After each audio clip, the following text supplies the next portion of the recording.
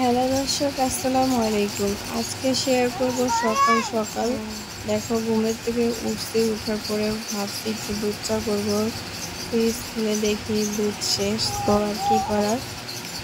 ঝটপট নাস্তা করার জন্য সকালে ঘুমেতে উঠেই তোমাদের ভাইয়াকে নিচে পাঠিয়ে দিচ্ছি, কারণ আমার দুই ছেলে আমার সাথে ঘুম থেকে উঠে গেছে যে আমি কিছু নাস্তা তৈরি করব, তারপরে যে দিব এরকম কোনো পরিস্থিতি নাই। তার কারণে এই বৃষ্টি, যে আজকে সকালে বৃষ্টি পড়তেছিল, তো বৃষ্টিটা হালকা কমে যাওয়ার পরে আমি দোকানে পাঠিয়ে দিলাম, কারণ বাচ্চা দুইটার ক্ষুধা লাগছে।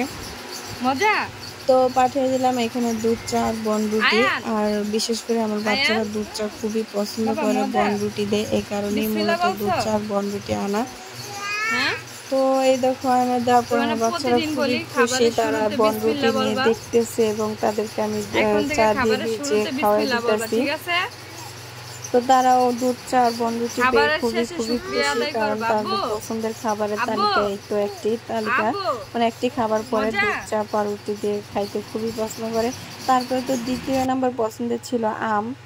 তো যেহেতু বৃষ্টি পড়ছিল আর ঘরের মাঝে আম ছিল, তো দুধ চা দিয়ে বনরুটি খাওয়ার পর আমি আম কেটে দিলাম। তারা আবার আমটাও খুব পছন্দ করে। মাশাআল্লাহ, সবাই আমার বাচ্চাদের জন্য দোয়া করবা, ঠিক আছে? আমার বাচ্চারা আম খাইতেও খুব পছন্দ করে, তাই তো আমটা কেটে দিলাম। খুবই পছন্দ হয়েছে, তারা প্রচুর পরিমাণে খুশি হয়েছে। সকাল সকাল ঘুম থেকে উঠে তাদের পছন্দের খাবারগুলো তাদের সামনে চলে আসছে।